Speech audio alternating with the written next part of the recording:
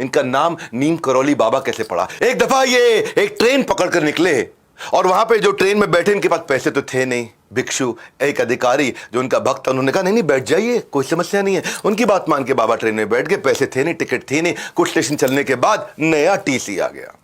वो तो बेचारा चला गया। नया टीसी आया, वो अटक गया। अरे उतरो, बिना टिकट के बैठ गए हो, उतरो यहां से। बिना टिकट के बैठ गए। बोले मेरे को अधिकारी ने कहा। अरे कोई अधिकारी नहीं, बिना टिकट के बैठ गए हो।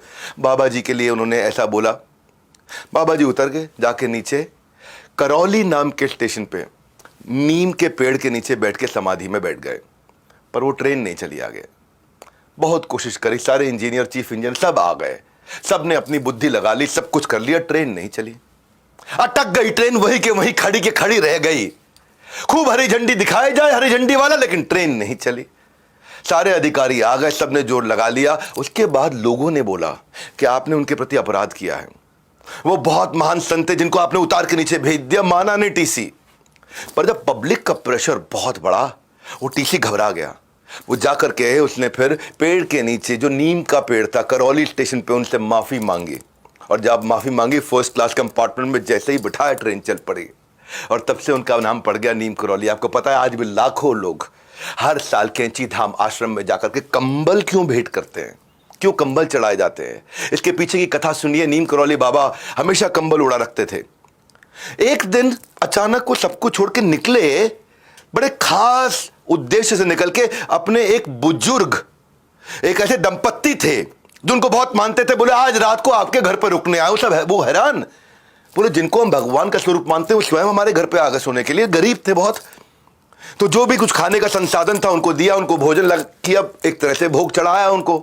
और एक चारपाई थी, उस चारपाई पर उनको सुलाया, बाकी दोनों जमीन पर सो गए। उस दिन रात को जैसे जैसे आधी रात बीतने के बाद नीम करौली बाबा कराहने लगे। बहुत आवाज आने लगी जैसे कि उनको बहुत मार रहा हो, बहुत पीट रहा हो। वो सोए हुए थे।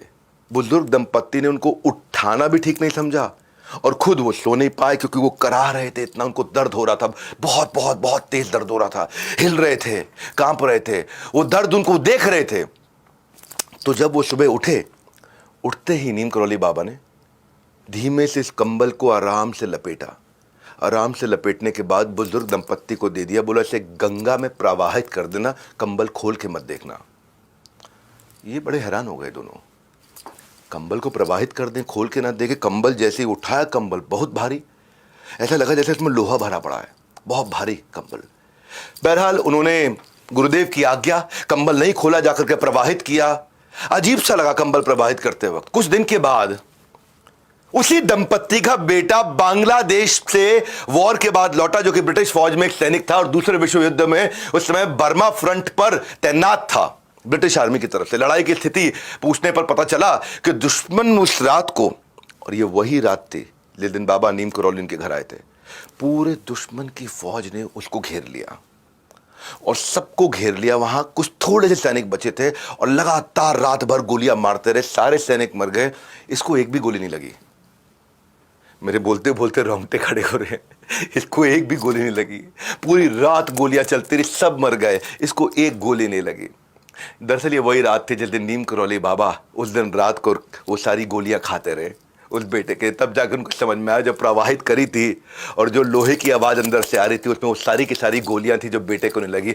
बाबा की झोली ने समेट ली सारी की सारी गोली।